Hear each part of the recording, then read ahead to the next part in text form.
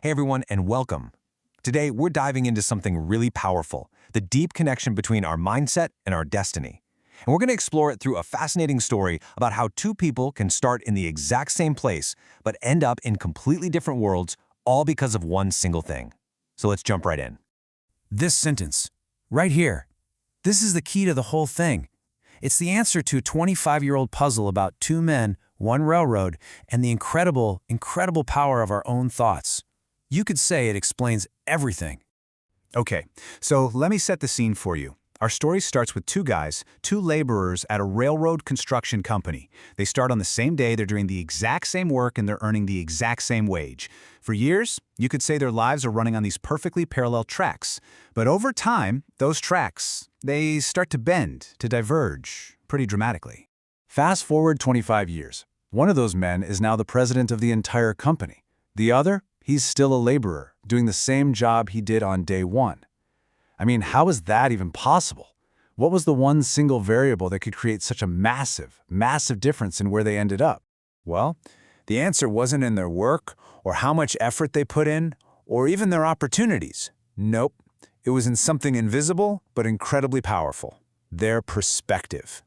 The source material actually uses the Hindi word nazariya to capture this idea, and it was all about what they believed they were working for. So let's break this down, because this is where it gets really interesting. The laborer's mindset, it was purely transactional. I'm here for my $2 wage, that's it. But the guy who would become president, his mindset was totally transformational. He thought, I work for this company. I'm here to learn, to gain skills, to grow. You see, he never saw himself as just a hired hand. In his mind, he was already an owner. He had the mindset of a president long before he ever had the title. And this, right here, this is the core message. Our perspective isn't just some passive point of view. It's the actual engine that moves us forward in life. The takeaway is so clear. If you change your perspective, you can literally change your direction.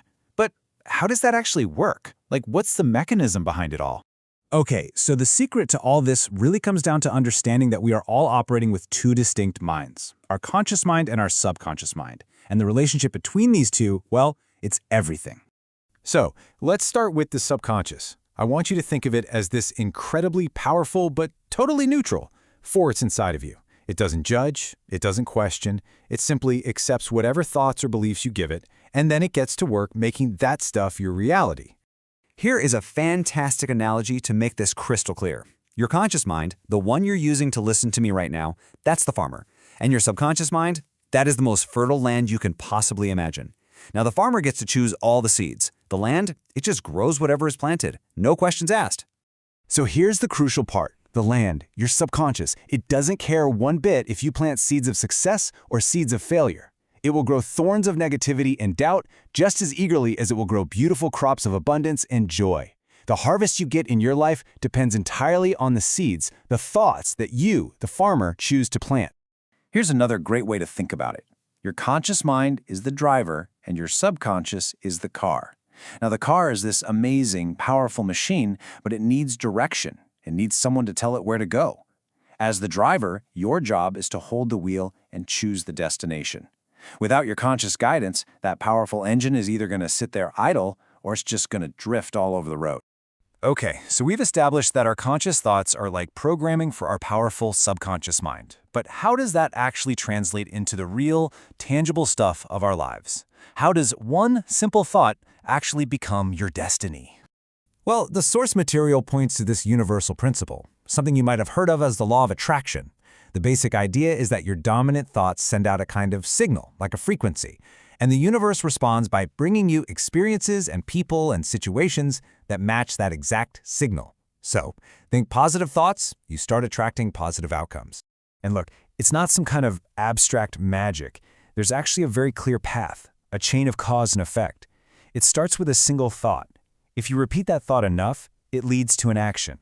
You repeat those actions enough, and they become a habit. Your collection of habits, that shapes your character. And ultimately, it's your character that determines your destiny. See? It all starts with that one tiny seed, a single thought. And this is the ultimate takeaway, the bottom line of this whole thing. It is a simple but profoundly empowering equation. If you want to change your destiny, you don't start with some massive, overwhelming effort out in the world. You start by going all the way back to the beginning of the chain, and you just change your thoughts. So, what does this all mean for you and me, right here, right now? It means we have so much more control than we think. We are the farmers of our own minds. We are the drivers of our own lives. We get to choose. You know, your mind doesn't really know the difference between a hard fact and a belief that you've simply chosen to accept.